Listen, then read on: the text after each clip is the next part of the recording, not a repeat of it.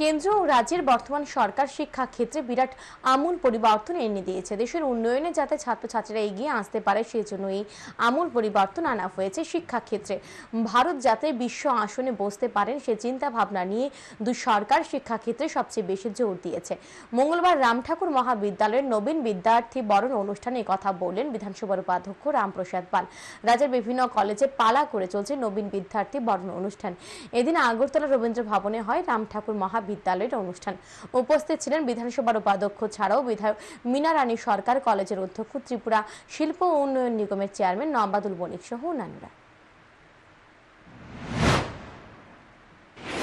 আমাদের যারা ছাত্রছাত্রী এই দেশের এই রাজ্যে বর্তমান সরকার তাদের চিন্তা ভাবনা করে বিশেষ করে শিক্ষা ক্ষেত্রে একটা বিরাট আমূল পরিবর্তন এনে দিয়েছে।